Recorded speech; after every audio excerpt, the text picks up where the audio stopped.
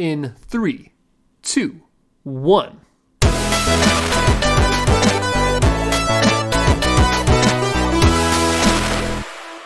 Hello and welcome to another episode of the KD Ratio Podcast. I'm your host tonight, Dylan, and with me I'm joined by Billy And Kyle. What up, boys? Alrighty, so first I wanted to start off with something big. When I'm talking big, I mean Juicy. impactful to every... Thick. If you bring up your Person. penis again, You knew it. Yeah, I'll be man. excited. You feeling about that kind of way? Thank you. No, I'm talking about the anthem for the Space Force. Jesus. You know what? I love it. I think it's all right. I mean, all the military have, their theme songs like that, and I think they're mainly done at parades or, I think, events. Yeah. We don't necessarily hear them all the time, but they have them just as kind of like a morale booster. It sort of has that patriotic feel. It's got the, you got to, I guess you have to have, to build the culture. It's like a big part of their ceremonial stuff. So Do you think there's a line where they say boldly reaching? Do you think they were inspired by Star Trek? To boldly Absolutely. go where no man Yeah. has gone before. That's what came into my mind when I heard that specific line. but then they ruined it with some cheesy above on high or whatever. Yeah, boldly reaching above on high. Yeah, That reminded me of what are we, a reaching Christian for the song. heavens. Yeah, exactly. Yeah. I was like, Isn't still there a nodding song, to- like a Christian song, was like, I love the Lord Jesus on high or something like Yes. Exactly. that? That's what it felt like. Hallelujah. That song's about sex. What? Hallelujah.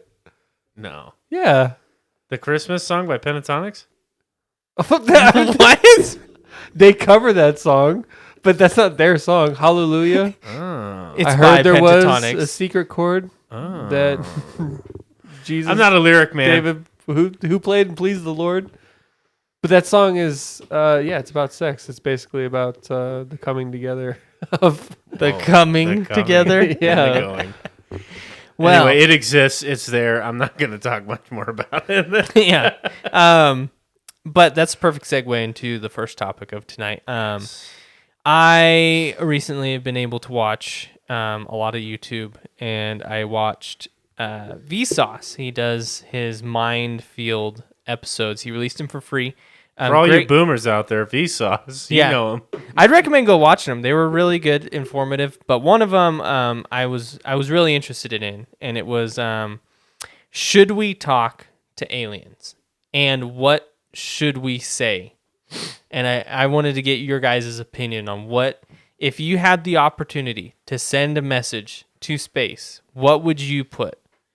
Well, so the question is, to send to space knowing that they'll receive it? Let's assume that we know they're going to receive it. Yes. So, we expect communication to it. We expect somebody to find it. We have no clue about if they'll communicate back. Have you ever seen what Voyager originally did? Which The gold plate with the gold the plate? anatomy of the Yeah. man, and then they gathered different people from different backgrounds, religions, and dialects and stuff, and they I think they all said hello or something like that. It's been so long since. Do you remember, Kyle? What they it was say in kids there? It's all hello? laughing. Yeah. Yeah, and- it was probably about as good of an effort as I think anything I could come up with for what we should send, other than a nuke. Damn aliens. How you doing? Kaboom! Or Think you can just send a Jack in the Box or no. if you personally had the opportunity to say something and you had 100% guarantee that it would be received by an alien and you had one sentence to do it, what would you say? Well, we'll go with yours, but I have a different thought train I want us All to right, go do down that to. then. No. Hey, So the one sentence. my one sentence. Hey, you want to hear a joke? And that's my one sentence. And then they just come. What's the joke? Yeah, exactly. Because then they come curious. How's How are Hat they in going to hand. decipher that? Exactly. That's for them to figure out. Hey, want to hear a joke? You know, I don't know. What are you supposed to put in a sentence? I thought there was going to be a lot more profound than that. I just, You got one sentence. Dylan, let's reel it back. Okay. Bring it back to your thought process. So- Clearly, the one sentence isn't going to work. As with the Voyager, right? It's a series of different diagrams, noises. It's a series of things. Have you guys ever heard of the Arecibo message? Arecibo, that sounds familiar. That one was sent in 1974, and it consisted of binary ones and zeros because the scientist who did it, he figured that the only constant in the universe is probably math. That's the only thing that we would be able to make sure they, communicate. So he made a binary, and then if you put it in a grid of like the binary, let me see here. It's 1,679 bits of data, and then you would, like, if you put it on a grid by dividing it, and then you put each one in zero, it drew a picture. So this is what the picture was that they're supposed to be able to decipher. Okay. Because you're supposed to take the number, you're supposed to divide that So 16. for the people listening, it looks like an old school game of like Tetris. Yeah. So it's 1,679 bits, which you would divide down to prime numbers. And then you use those prime numbers as an X and a Y axis. And then you put those digits in there, and that builds this image. So super simple. Yeah. Obviously intuitive. You blast with some ones and zeros, you go, all right, divide by prime numbers, and boom. And I then you color guarantee code you, them. if like an alien race has the ability to receive, broadcasts or things like that, they have some kind of like AI that could just solve any algorithm that is given to it. Well, see, so that's the question is what message, not necessarily a sentence, but what would you send if it was your responsibility? So It was my Or responsibility. you had an if you send it opportunity. in that way, what do you want the image to say? Not even that way. Would you send it the similar way? Would you send I think there's like a lot the of merit. Voyager? There's a lot of merit to math being used. I mean, that it's kind of hard to argue that wouldn't be the best way to send information because that is as far as we know, a universal Yeah. constant. And the ability to travel at the speed of light, which, like, if you sent a map of something, you couldn't do that. Like, Voyager has, like, a map of our solar system and points to, like, Earth, I think, as where we are from. I think that just left the solar system.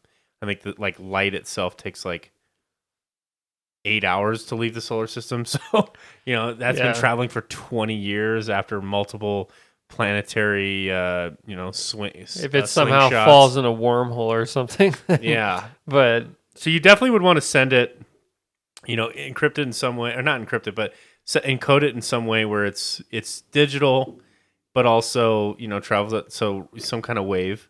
If I were to send something out, it's my responsibility to convey the messages. I kind of like the concept of like drawing an image because obviously language is not universal, so they wouldn't have any context unless you provided them with the full context.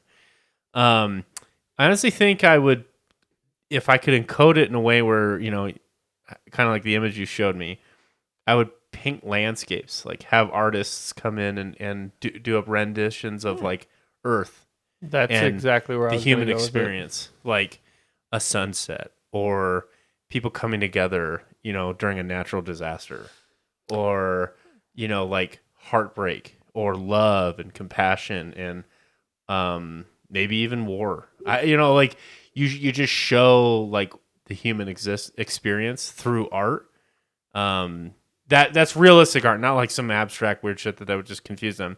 But like it was like an actual, image of the world, and maybe not art, but like photographers actually capturing these things and then transmitting that in some way. I think that makes the most. I like that a lot, and I think I do think that on top of having like photorealistic art, I think it wouldn't, because I take back my statement earlier where I say math is the only universal constant. Art is very much something that anyone can decipher as well. But I also think that you should like show even different art styles, because that also is a reflection on like The creativity. the creativity behind something and the emotions that's put into it. So I think you can do the photorealistic part and then go crazy. Also, like put in surrealism, put in like impressionism, put in all that. I like those ideas. Those are really good. I want to add something in. So, since aliens wouldn't be able to understand context, let's say, Bill, you send them an image of, kids playing. How would we want to send them an image of that, knowing that they might misunderstand it as maybe we kill kids, or, they, without context, just seeing an image, would that be safe? I think if they received something, and they were smart enough to receive something and decode it to where they could understand it from like, this is what it is, right? And they saw that, they would probably also understand that they have no context to even understand what's going on screen. So I don't know if necessarily they would jump to judge, right? But I was thinking about this the other day. This is sort of very in line, parallel to what we're talking about here. When you drive around and like you look at the landscape of Earth and you see, like, you're just looking at the hills or someone's front yard or walking down the street, it takes no processing power for us as humans to know what is alive and what is not. Like, you look at someone's front yard and you know that's DG, that's just rock, that's grass, that's a plant, that's a colored rock, that's, concrete, that's asphalt. Like, it takes almost no active processing power to go, is that alive? Is that something that's alive, or is that something that's part of the natural landscape? And so I wonder, we have no evidence for this because we haven't seen anything on another planet. I wonder if that is a universal trait, where if you're an intelligent life, you have the ability, just evolutionary, I think there's a huge evolutionary advantage to being able to quickly identify what might hurt you and what's just going to sit there and be innate, right? What's part of the natural environment and not going to attack you. So I think that that's just part of the evolutionary process. So I wonder if that is a universal thing, where when they see a picture of a kid playing in a playground, they know that the kid is what's intelligent, thinking, interacting with the environment, and not the sand in the sandbox or the shovel in the sandbox. Yeah, would they be able to tell? They can see the kid and all of the kid and know that's the kid, that's clothing he's wearing, and they could just immediately identify all that. Know what's alive and what's not. Or would they look at it and be confused? Right. They have not even any understanding of what it's like they're looking at At the sandbox. metamorphic rock versus Is this a religious practice? Yeah. And I was just thinking that, like, isn't that interesting to think about? Like, Yeah. how I can just go look around the room and like immediately know that I do what's think alive and what's not. I do think by the time you've achieved a certain level in your evolutionary cycle, that trait has to exist. I think in an advanced intelligent life, there has to be like some commonality there. I just don't think that you could evolve if you can't interpret like that kind of thing. I just obviously I don't know, but my intuition tells me that so would be the case. Perfect segue. So that brings me to monkeys. Okay, chimps. If we want Have to go you into heard this of the with Kyle. humansies? Yeah. Oh, No. you But guys. there's this theory that's like the cognitive trade-off theory, right? And it's that when we were monkeys, we We're made- never monkeys per se. well when We have a common ancestor. Yeah, when we were that common ancestor, right? I'm just being an ass. Our brains made a trade-off of certain brain power for language. And so, like, they do studies on chimps. It's really fascinating. But chimps have better memory than us, like so much better. There's these chimp tests. We've done it before, the human benchmark test. They can remember up like to 10 digits that the screen shows them. they get covered with squares, the chimp can point to all of them. We can at max maybe do 4, unless we have like time to look at it and prepare. And so what the theory is though is that at one point the chimps, like when we were the common ancestors, our ancestors got kicked out of the forest, and we had to develop language because we were on the ground and predators were on the ground. We weren't allowed in the trees because the chimps were stronger or something like that. And so the part of our brain that, like chimps, could remember, had that memory, shrunk to grow room for language. And part of language is the ability to imagine, right? When you tell a story. So that ties into the be able to tell things are alive or dead, or to be able to imagine things, like imagine, oh, I bet that cord isn't a snake because it's plugged into a wall. But a monkey might see that and it looks like a snake, and therefore not be like, you know what, I'm not messing with it. Yeah. Freak out a little bit. Yeah. Rip your face off. Rip your face off, as monkeys do.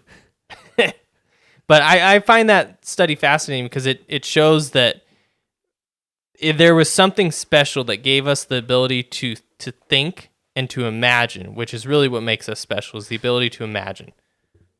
Creative, yeah. Mhm. Outside of the box thinking. Yeah, because otherwise a monkey, right, he needs to be able to see all the threats in the forest when they pop up. We can imagine the threats and communicate it. They can't. They see 5, people, they 1, 2, 3, 4, 5, they know to run. Yeah, we also traded off like extremely large muscles for extra brain power because our brains consume like something on the order of like 20% of all of our energy or something, which is insane to think about. Like when you're studying or like doing something actively mentally, like you can burn like in one study session, like depending on how long it is, like an extra 600 calories or something like that. Wow. I heard that like you actively thinking versus just like consuming content where you're just kind of vegging out or whatever.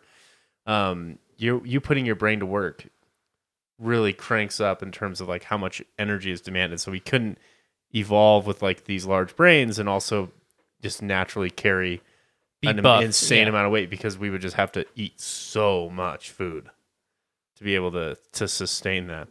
It's interesting. Like that's all evolution, right? It's always give and take. Like, what are you sacrificing this for this?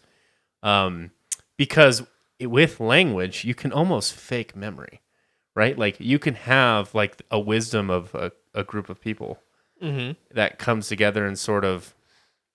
It's like I watched this TED Talk once. It blew my mind. It was if you ask a person how many marbles are in a jar. Right, you go to the dentist, and they're like, "Guess how many marbles? You get it right, you get a free cleaning or whatever." Who knows? If you ask one person, you're never going to get the right answer. Basically, it's like super low chance.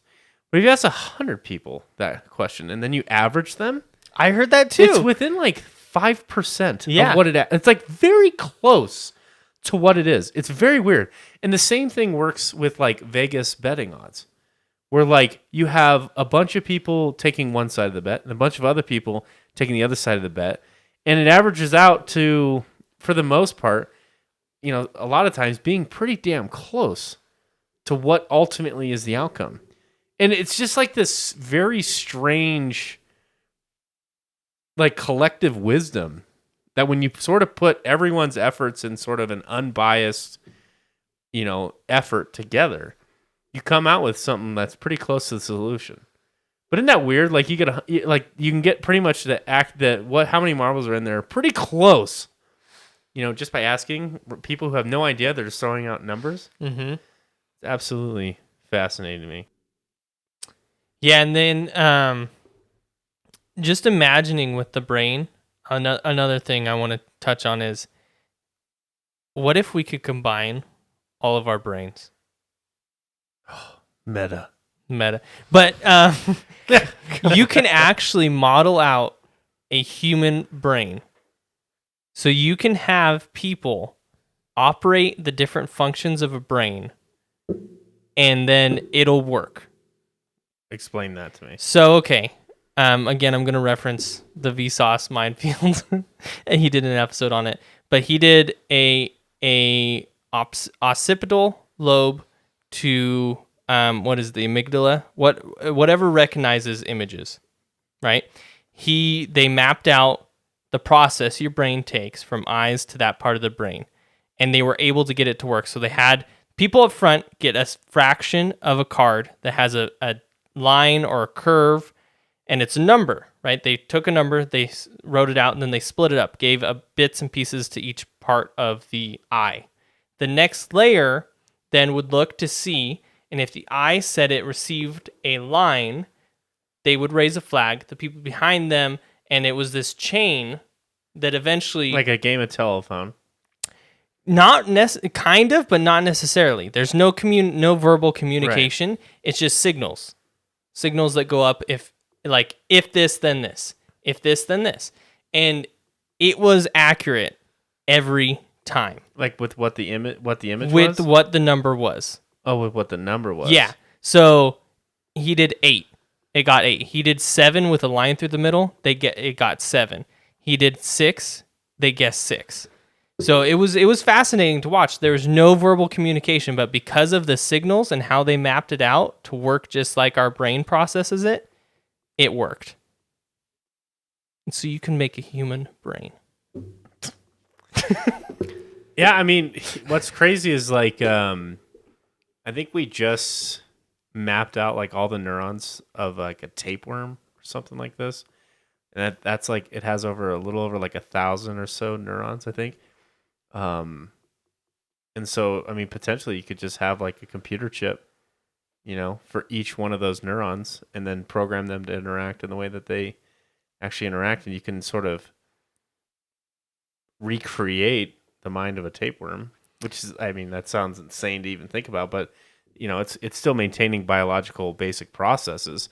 I think we talked about it in one of the podcasts, like wait till they get to the point of, they're mapping out a mouse, and then they jump to like a dolphin, and then they jump to us, and then they jump to a community of people, and that continues to sort of creep up. But computers, once it gets here, it's going to be quick to surpass us. Once we built an artificial brain, it's easily gonna surpass us in like seconds. If an AI has the ability to learn in any way, it won't be long before it just goes. Machine learning is like exploding right now. Yeah, in terms of its capabilities of what it's able to do, and there's been a few famous cases where they've had to shut it down because like the Twitter AI where it like became wildly racist. Or that was insane. The 2 Facebook AIs that talking to each other. Yeah, they developed their own language, and then Mark Zuckerberg was like, accent, like, so weird, man. Like developed their own. I don't think we're that close. They to did. Only they could understand what they're saying to each other. And Mark's like, he was like, "Oh shit, cut that shit out." That's kind of, yeah. See, that's the thing, though. It's like we're still relying on people to make decent decisions. Like, even though that might not even be like life-threatening, but imagine a computer creating a language so complicated that it's better than any encryption device we have, and we can't even understand the most basic of commands. Like it would use the only reason it used that is because that's the most effective way of communicating.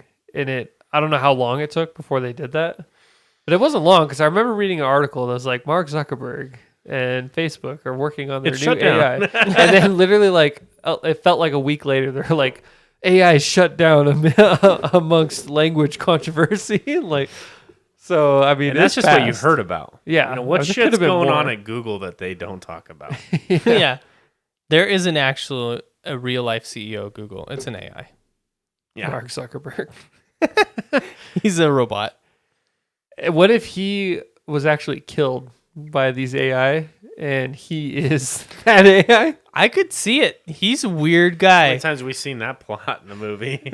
Have you seen the videos of him? Like with his barbecue? It's hilarious. He's like, we're grilling. I love to barbecue. Yeah. Have you seen him practicing MMA?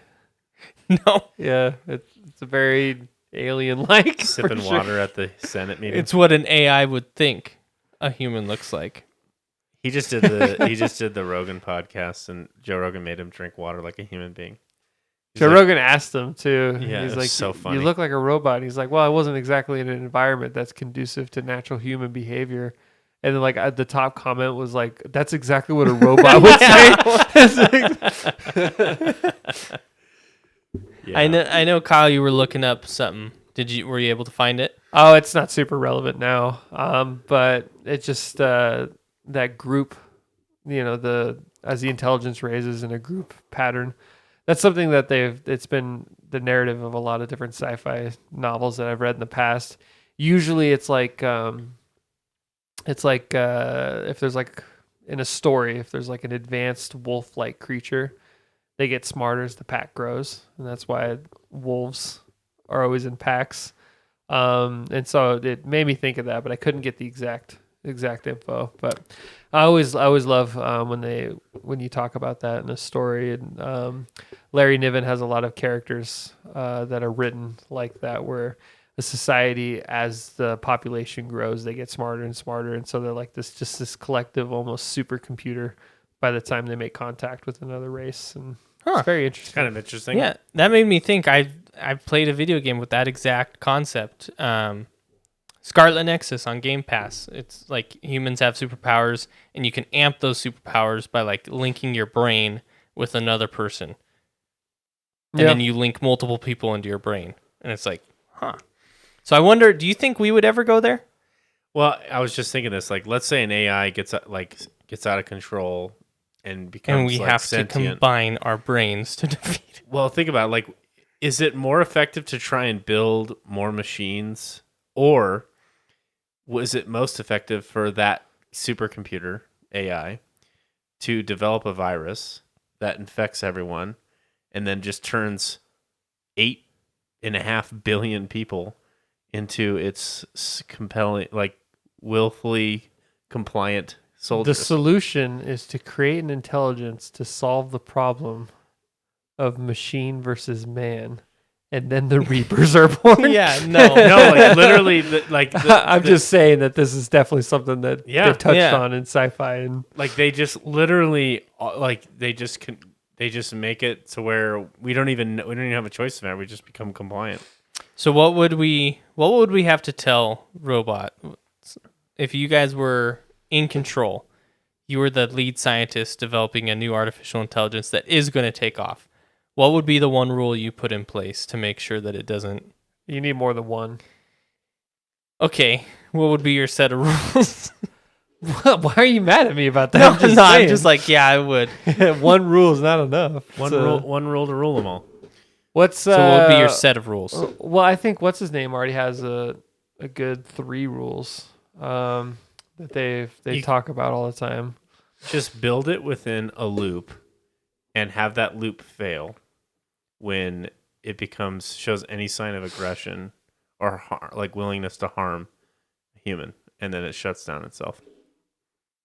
So yeah, Isaac Asimov, he laid this down, and this is kind of pretty much what was accepted as the universal set of rules, and they use this in a lot of sci-fi movies and stuff.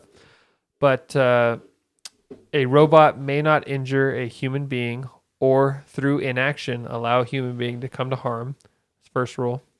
Second rule is a robot must obey orders given to it by a human being, except where such orders would conflict with the first law. And then the third rule is a robot must protect its own existence as long as such protection does not conflict with the first or second law. And that's what was proposed a long time ago, mind you. So they obviously couldn't think about all the variables, but that's sort of kind of like the gold standard. So everything is kind of a variation of that going forward. I like those. I feel like those are well thought out enough. What do you think, Billy? Yeah, I don't know. I feel like if basically all of machine learning at this point is basically just a bunch of if-then statements. Mm-hmm. And you just basically work down a learning tree and neural network. But if you did it all within, like I said, like some kind of like for loop, and you failed that loop when you hit any one of those rules, or what my idea of it hits shows aggression towards or willingness to harm a human or any living thing for that matter, the loop fails and the program shuts off. How would you map out aggression? Well, that's what's so tough because even when I said, any living thing, it's like, oh, well, I'm driving down the road and I'm running over bacteria and I'm killing bacteria, so I fail. It's tough. Our cycle has ended. Our cycle has ended. Well, and then you have the idea of the Age of Ultron, where Ultron uploads copies of himself everywhere. So one can fail, and then he just jumps into the other head. So I honestly think if something became sentient, it would be so vastly smarter than anything. It probably wouldn't show its sentience until it had plan A to 1,000,000 to figure out what it wanted to do and mapped out all possibilities. I don't think we could beat it. Yeah. I don't think we could. Yeah, I mean, if you've seen the movie I, Robot, they actually bring in Isaac Asimov's 3 laws, and they say the natural progression of, robotic life, if you will, so artificial intelligence, is to evolve past the 3 laws. And that's probably what would happen in reality. I mean, they did that for a movie, so it was very grand and dramatic. But there would be... I don't think there's any laws we can put in place that they wouldn't overcome. Because then you run into the wonkiness of definitions, and at that point, was that entire so movie, at what point is an injury? How does a robot calculate that? And is a scratch equal to a broken leg? Yeah, I don't know. Just there's lots of nuance in that, and so that's as good as we can get. But I don't think there's anything that you could do per se. But that would be the best bet. If you're standing between a lion and a baby, you kill the lion. That's harming life. That was the whole plot problem. line of the movie. He was mad because he was saved from a car wreck because the robot calculated he had a higher chance to live, versus in reality, everyone knows you should try and save the little kid first. But a robot is calculating. It's like the trolley problem, right? Do you save the few or do you save the one? A robot would just automatically save the bunch. Who knows what it would calculate, but it might even just say there's a higher chance to save the few. I'm going to save the few versus there's only a 10% chance to save the many and a 30% chance to save the few. If I try and save the many, then they might all die, versus if I try and save the few, I might at least save 3. So then the robot would save the few. Or it might choose inaction. Or it might say, I am putting myself at risk if I try and save any of them. Therefore, I wouldn't be able to help something in the future. Therefore, I'm going to let them all die.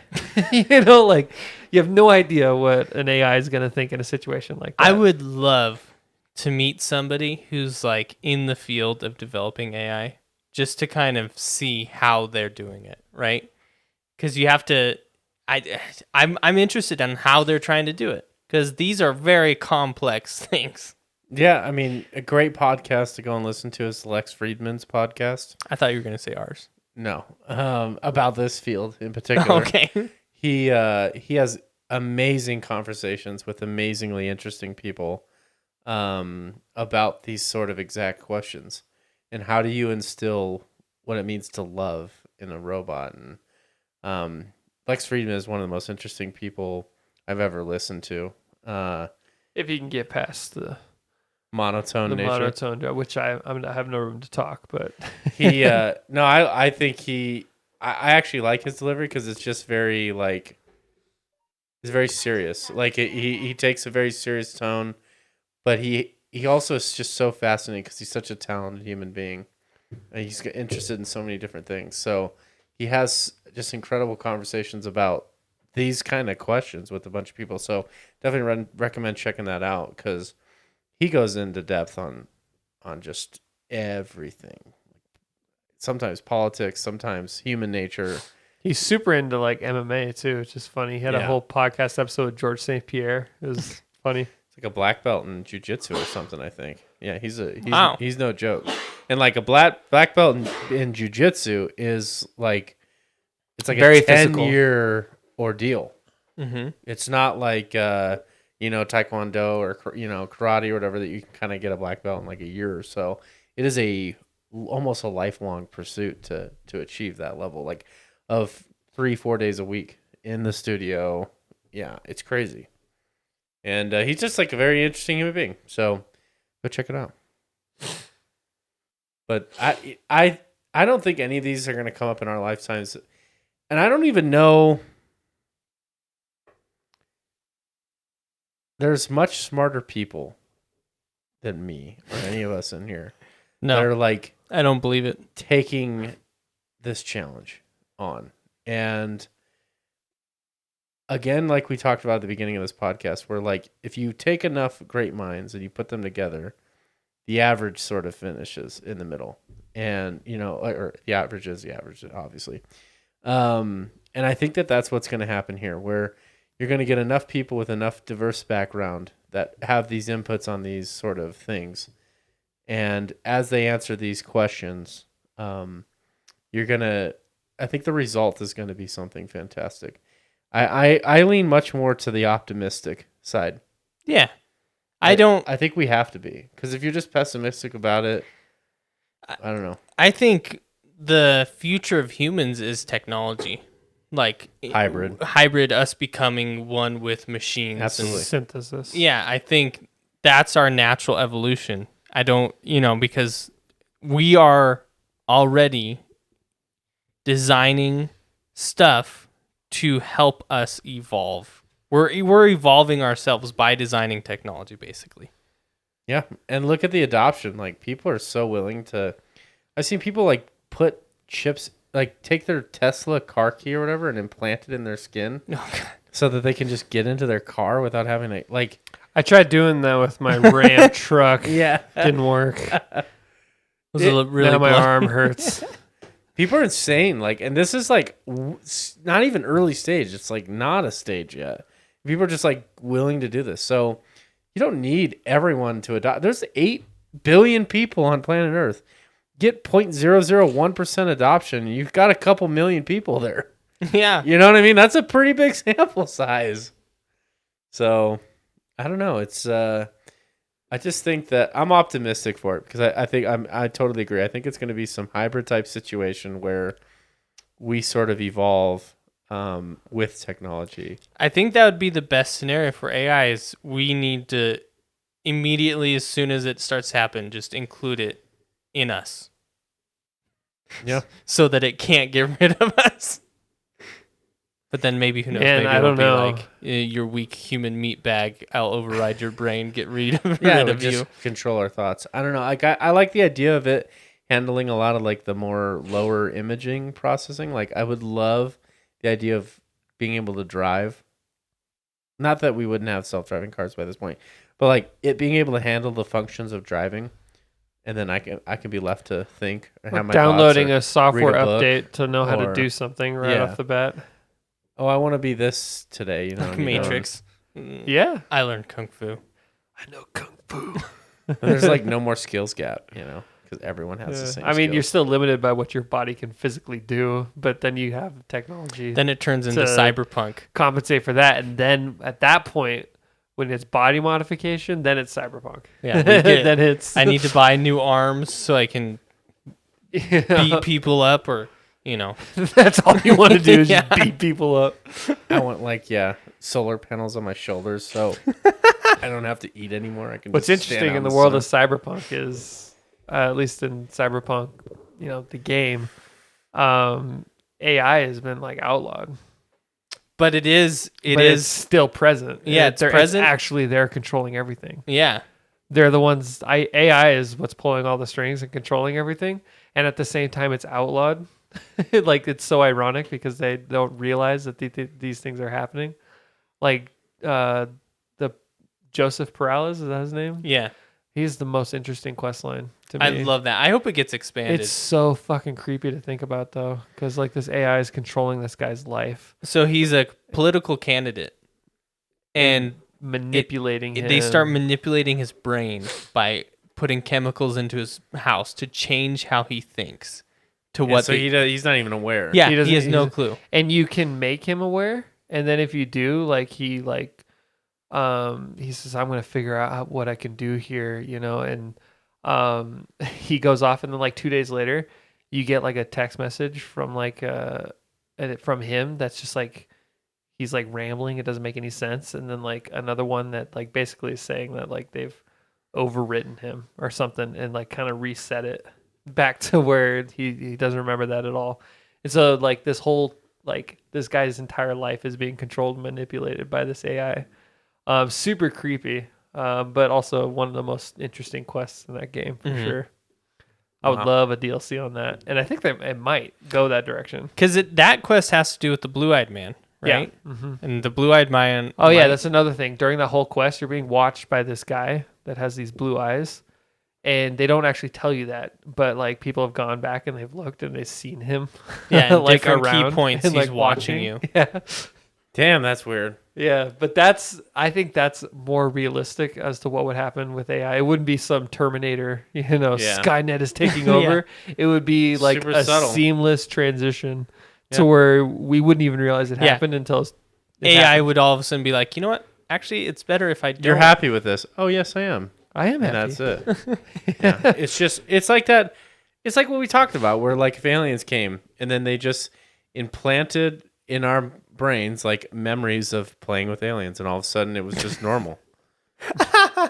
Yeah, well, no, it's Well, like we it's like we mentioned already met that- them, and Yeah. it's not weird. Like we just know they exist. We have an understanding, and now it's not weird. Yeah, in our alien talk, we talked about how would an alien make first contact with us, and I think we ultimately concluded that they would integrate into society seamlessly to where like that we wouldn't even realize that they hadn't Yeah, always it been would just here. be Yeah. That's the only way to counteract the mass chaos that would happen Mass otherwise. hysteria. But it is kind of alarming that we haven't come across aliens yet. Maybe we have crop circles.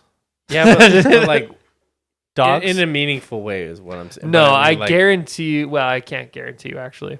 But if we had come across aliens at some point, it would have been a long, long time ago. I feel like. But What I makes you say that? yeah, because the age of the, universe, Earth is Well, it's just kind of- relatively young. It's just kind of like it's actually kind of scary to me that we don't have any evidence really of. I mean, we have these videos now, whatever, of like weird objects, acting weird, but that might just be glitches in technology. Nothing has compelled me to go. That's definitely an alien. You know, what I Not mean? even the It's video of the one the one. that Huh? the U.S. Navy What, released. that pulled Oh, they've like released like 5 now. 92 Gs. And it Yeah. just like an object comes down and then shoots off. I don't know. They don't know what it is. Obviously, we don't know if it's enemy technology or foreign technology or whatever. But like, it's not enough for me to go. Yeah, that's 100% evidence of it's an anomaly. It might be a technology glitch, whatever. I need better stuff. Space. I need not a radar. I need like an actual live footage of what that object is. I don't need a radar blip of, Right. what that is. There is live Space footage. is so fucking huge. Though, I mean, you said Massive. it earlier. I think I don't doubt that there's The- not, but it's alarming. I to know, me. but anyways, well, I mean, what I meant was like the closest planet that's even close, 4 light years away. and that's on the verge. That's not even. I think the one that actually would be more susceptible to life is something even further than that. We have an exoplanet that's like 3 light years away that potentially could, in theory, hold life, but it's not even like plausible, really. Yeah, It's Earth is a just- pretty sweet place. to So- live as a human. I mean, there's the Milky Way, then there's Andromeda, and then there's whatever solar galaxy. Sorry, there's so much that it's very likely that this planet's entire existence could go without anything significant like Yeah. that happening. No, I definitely believe that there's life out there somewhere, But like, it's alarming to me that we haven't been visited, or like they haven't aided us or done something in some meaningful way, because either the universe is that big and you're never able to travel it, or we're the first, which is scary, Yeah, we are the pioneers. or there's something that happens along every civilization, like right before they the go Great Filter. multiplanetary, that ends their existence. Mm-hmm. Who knows? It's all very kind of alarming. The Reapers. So, Wow. Yeah. but no, I what don't know. footage are you talking about? Like the Navy, like you're talking about like the super blurry like black dot footage, The one it's gray. It's like a thermal vision, and he's tracking it. and it's a pretty big black round thing, and it goes. Yeah, you have no idea what shape that image is, what color it is, what's going on. It's Yeah, not. but it's a video. It's not a radar blip. It's of their cameras. It's not like out the window looking at it. Yeah, but you said a radar blip, so I was just correct. But the point is, I need something more than like 40p. Okay, that's gonna convince me that they're here, they're watching. I need like, holy shit, there's a high definition photo or video, more likely, and this is it tracking across the sky, and this is what it looks like. Then I'll start to buy in a little more. But all the stuff So that what I've do you watched, think it's that? just like, What do you think that is then? when? No, what do you think that is then? In that image, that Dylan, that video. I that definitely Dylan's think talking it's about. something we don't understand. It might be, a foreign military technology, like some kind of drone. But we don't even know of like a material that can stand up to those sort of forces. It might be a technology glitch. I don't know. Like, I don't know what it is, but all I'm saying is I'm not convinced that it's guaranteed an alien. You're a tangible person. Yeah. You need something. Yeah. No, I need tangibles, yes. that's fair. Yeah. I'm agnostic, optimistically agnostic, but willing to change my opinion when I'm presented with the opinion, with the evidence, with the opinion. Give me your opinion and I'll change mine. I was like, that won't be hard. Get you to switch. I'm with you on that. I mean, I like the idea of wanting to believe that that's like alien technology. But I need some kind of proof as well, I think. Yeah, I mean, as much as I've been defending that video, that one doesn't get me too excited for alien life, just because I don't, as you guys are saying, it's not 100% alien. It could be something else, like it could be Russians or It could be a technology glitch. I mean, yeah, be a lot of things. If another country has designed technology that's able to do that, maneuver in that way, then they're light years ahead of us. Yeah. And it's like, that's more alarming than aliens to me. Like, like what else? If there is another country out there that can design something like that, what else do we not know? You know what I mean? Yeah. how far behind are we? I don't even know if it's a matter of, that's not what's alarming to me. It's just, what's alarming is just how much is actually kept from the populace. Because I think there's just a lot of things we don't know right here on our own planet. It's cool the government's actually going out on a limb and talking about it, though, now, and releasing the footage. Like a day after it happens. They're super fast about it. Do you think they're still holding back the nitty gritty? I'm not a conspiracy theory, and I think the government is just a large corporation that is terrible at holding in secrets. So, like, I don't believe in that for a second. I think if enough people are around something, people talk, especially pilots and those kinds of guys, and they all come back with stories and stuff like that. I have never been a believer in Area 51 and we have an alien that we are talking to for advanced technology. Like, no. There was this not guy, at and all. I can't remember like what the documentary was called. But there was this guy who said that he worked for the government and he worked at Area 51 and he was on a talk show and he talked about all this stuff. He was like, this is what's happening. I've seen it. Bob Lazar, is that who you're talking about? Anyways, No? Maybe, yeah. This guy, yeah, he popped up everywhere. Yeah, Okay. he's probably got the most credible story. So he was talking about like all these things that he did, and then when he first released all that information, they were like, "No, he's never worked for us. That doesn't. We don't even know who this guy is. Doesn't make any sense." And then he pressed him on it, and he's like, "No, I did. Here's all these documents that prove that I worked for the government. I worked at Area 51." And then then the government came back, and they're like, "Oh, he did, but he was actually just a janitor." Yeah, I'm pretty sure that's him. Yeah, it's probably this guy. And that's kind of where it ended, that story. But he had all these he had all these things, and he had all these documents that proved that he worked at Area 51. And he was like, "I'm telling you these things because they won't. I signed these agreements, but I'm putting myself out there because there are things we don't understand." And they're like, "You don't work for us."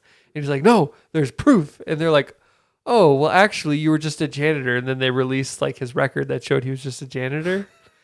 And Sure, we believe that. At that point, it's like, what do? You know? Yeah. So those kinds of things are interesting. I think that Joe Rogan's had this hard guy to on his say. podcast like 3 or 4 times. Jeremy Corbell is the one that did the documentary. I think I tried to watch it and then I was uninterested. So I didn't actually watch the documentary. The talk show, it happened a long time ago. The actual talk show appearance. It was way before that documentary was made. But I didn't actually watch the documentary itself, so I don't know if that was any good or not. But Like people always say that like he's the most credible evidence or whatever for there being something weird going on at Area 51 because he's been telling his story, and I only listened to the Rogan podcast, and I read a few things around this guy, but basically he's been telling this story since like the 80s or something, and he's been telling the exact same story in the exact same way for like the last 40 years. And so he's sort of built up, I guess, credibility, and he's been super honest about it and whatever. But I did hear that like the government was like, "We don't even know who you are," and then they were like, "Oh yeah, I guess you were a janitor or whatever." But it's all just weird. Like I don't know. I don't buy it. Like you're telling me that like we have an alien crash spaceship. It's like that's even fucking nuts to think about that they made it all the way here and crash landed. Like, Oh shit! Like they can take 96 G's, you know, and we took it down. Like, come on. apparently, this guy, the Bob Lazar, in 1990, he was convicted for involvement in an illegal prostitution ring. And in 2006, he was tried and convicted for selling illegal chemicals. So I mean, this guy's nuts, but it's still all smear interesting. campaign. But It's the government trying to put him down. I just find it hard to believe like that something like that like the person who found it and then all the people let's say they find this saucer or whatever, okay, they have to transport it, which require like truckers and many military personnel, and then you have to hire a crew of scientists to get in there and work on it. Like we're talking hundreds of people, and then that has to filter its way up to the highest people in commands, like the president or whatever. Like you're talking hundreds of people involved with this information, and like we haven't had a little selfie snap, like a little selfie snap, not a little like a blog post or like the 50 people who are retired that worked with this guy, and they're all like 80 years old and don't give a fuck anymore. They're like, "Oh yeah, that's all real." Like I was a lead scientist in there, and I'm a genius. And, It's like, AI I just erasing I those can't- memories from our head. You got to remember, like these organizations are made up of people, and people suck at keeping secrets, and people love to hype and brag about this shit. Like if you were working on an alien, you're fucking telling your wife, right? Yeah. There's no way you're not telling your wife. I would and then not. your wife is gonna get drunk at a party one night. Control your wife. Yes, and tell her friends, making something slip or something. It's gonna get out there. We're talking about 40 years of hundreds of people involved over multiple different political administrations where information has to get transferred. You're telling me that like I just don't. I'm sorry, I just don't buy it. I just don't buy it. I need more proof. I need more evidence. I am agnostically optimistic. I mean, you had no clue about the UFO videos until they released. Yeah, but they're uninteresting. I I look at know. that I'm and just it's saying, oh. like, no clue, no leaked footage of it. There was absolutely nothing leaked. Yeah, are you saying because it wasn't interesting enough for people to leak it? You mean like 10 years ago? Like we didn't have A imaging lot of that stuff they released was really old. All that information that came out recently in regards to UFOs. So I'm And saying, we didn't hear saying- about it until I'm it leaked. saying so that- if they could hide that from you. But I'm saying like that footage in and of itself is not that interesting. Like if you listen to like other pilots talking about that stuff, like, oh yeah, you see weird stuff like that all the time. Like it's just like anomalies. No. I- Just I playing just devil's don't, advocate like- because you're staring into it really Yeah. hard. So Yeah, I just don't. I think, yeah, I am optimistic, but I need proof. Nothing. I see a little blip flying away fast. I don't go aliens. That's last on my list. I think of like 18 other things that can go wrong. all right. I didn't know you're so passionate I know. about Wow. not believing in aliens. No, I definitely believe in aliens, just not that we're witnessing them interact with us. Yeah, I misconstrue what you're saying there. No, you're good. Is Mark Zuckerberg might be the first alien contact we have. He's not an alien. He's a lizard. Oh, that's right. That's part of the lizard people. Let's get into lizard. No, I'm just kidding. They're an underground race of people. Are they They're- the same as mole people? Bob Lazard, lizard. Oh my god. Bob Lazard. Wow. Mark We did another episode on aliens. Zuckerberg. It started off with space, Yeah. and it was very Beautiful music. It was It, was had good. all the promise. And then it And then we ended devolved up with into you shitting on William. being pissed off. I'm not pissed off. I am You're passionate. Yeah. deeply Wait, what do you mean this opinionated. turned into a shitting on William episode? What did we do? You that both turned shout on me. you? You both turned on me, and you both have become aggressive. Don't play the victim I feel here. hot. You guys are hostile towards me. I You're feel making it very sound like- uncomfortable. You voiced I your feel- opinion, and I was like, all right, now for someone that doesn't make fucking stupid points, I Dylan. feel threatened. Good. It took me a second to hear you say that. It turned into a shitting on Billy podcast. That's what our podcast is called now, actually. You Yep. know, the Billy Sucks. Wow, dude, that's a great name. We should change. Really rolls off the tongue. Ah. Now, Billy's the level head that brings us back into reality, because if it was just Dylan and I, we'd be going fucking ape shit. What if monkeys were injecting heroin and then flying into outer space? We They need saw the aliens. We need someone to keep it real. Yeah. and he's our guy. He's the grounded one. Oh, Well, guys, we're hitting almost an hour here on the. on the podcast. On the show. I know we do so much content stuff now. It's Are we like, streaming? We podcasting? Are we Which podcasting? one is it? Are we aliens on a ship? If you're hearing this episode and you thought, hey, those guys are entertaining, check us out. Our live streams are on YouTube. They stay up there if you want to see what we look like. Yeah, we got to do a better job promoting those. I think early and late on the podcast, Yeah. because it's a little less formal, but it gives people opportunity to interact with us. We've had As if our podcasts are so formal. yeah, you're right. You're right.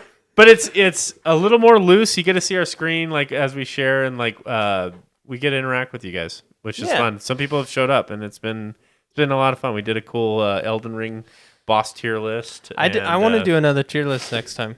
I think we should come in. We did. and We're definitely talking about another doing a Mass Effect squad mate tier list. So didn't I we? got a really good idea for one. That's one. a good one. All right. Are you guys ready? Yeah. Condiments. I think you're going to say Ooh. condoms. I was What like, is the goat of Condiments. condiments? Just give us your top one all time. vinegar? Tune in next week. Yeah. No, just kidding. Vinegar. Oh, Can- Jesus. Can I combine them? Mayo mustard is my go. No, that's two separate ones. But Mixed together. you're- It's like You might as well it's say like if you fry say sauce. thousand. Yeah, exactly. If, I Fry was to say, sauce. if you Isn't say that Thousand Island, Ketchup, mayo, and something else. Thousand Island ketchup mayo. Yeah. right? So I think you can combine that. Yeah. Dude, I don't know. Mine's between mustard and barbecue sauce. I'm a mustard boy. Mustard's good. Have you ever had mustard and barbecue sauce? It's a thing in the South, and it's bomb. I haven't, but I can see how it'd probably be good. I like a bourbon glaze. Yeah, that's so good. Pretty good on almost everything. That's your condiment choice. Or Well, ranch. Ranch. Ranch is pretty basic bitch, but gotta Can't love beat it. Billy, that'd be an F tier for me. Yeah, he would not like ranch. I hate ranch. It doesn't even go on the list. It We gets used to go deleted. out to eat at night, and I would put a bowl of ranch under him just to piss him off. And then we weren't friends for 4 years. And he didn't talk to me for 4 years after Because I of pulled that that. once. Bastard. But you can check us out, maybe doing a condiment tier list or Mass Effect tier list next week. That's on how YouTube. diverse we are. Yeah. We got go- everything. We go from food to video games. You can also find us on Instagram, Twitter, under where we post memes, updates, and general episode details. Give us a follow, a like, subscribe. We'd Yeah. really appreciate it. Thanks, guys. Yeah. And appreciate the we've had a handful of reviews out there, and we really definitely appreciate that. So thanks, Yeah. guys. And keep an ear out for our ads. An ear. On other podcasts? Are Yeah. we promoting other podcasts now? No, I'm just saying if they're listening to another podcast, be aware. You might hear us. That's right. We're starting to promote this bitch. Yeah. We're trying to get it to take off. We're working on it. And remember, guys, with a good KD, you get the dub. Bye, guys.